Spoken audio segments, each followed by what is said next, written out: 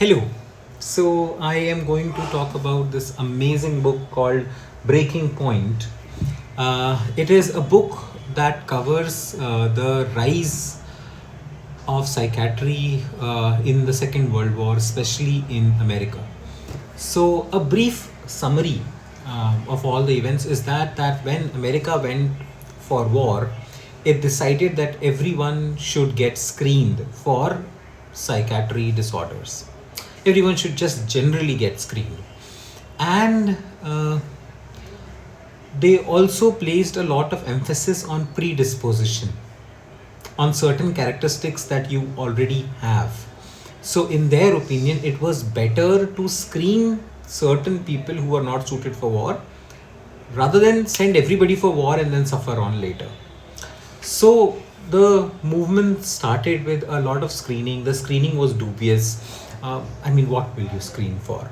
They screen for homosexual tendencies, they screen for not being able to hold on to a job, they talked about alcoholism. Basically, it was more of a discrimination than a screening, and everything was just taking shape as the war went on.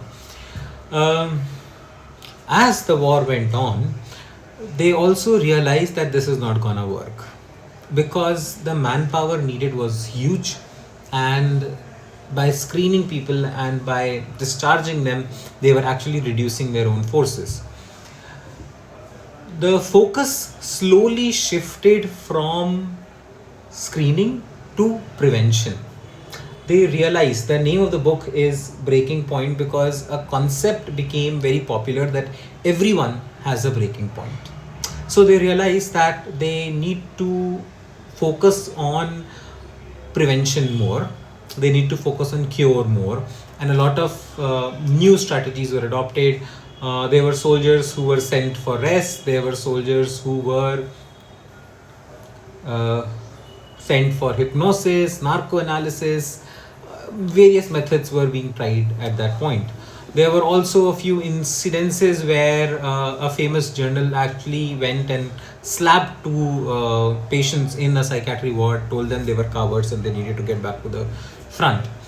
Eventually, even though the screening program might not have been a success, it led to a very huge rise in the popularity and acceptance of psychiatry.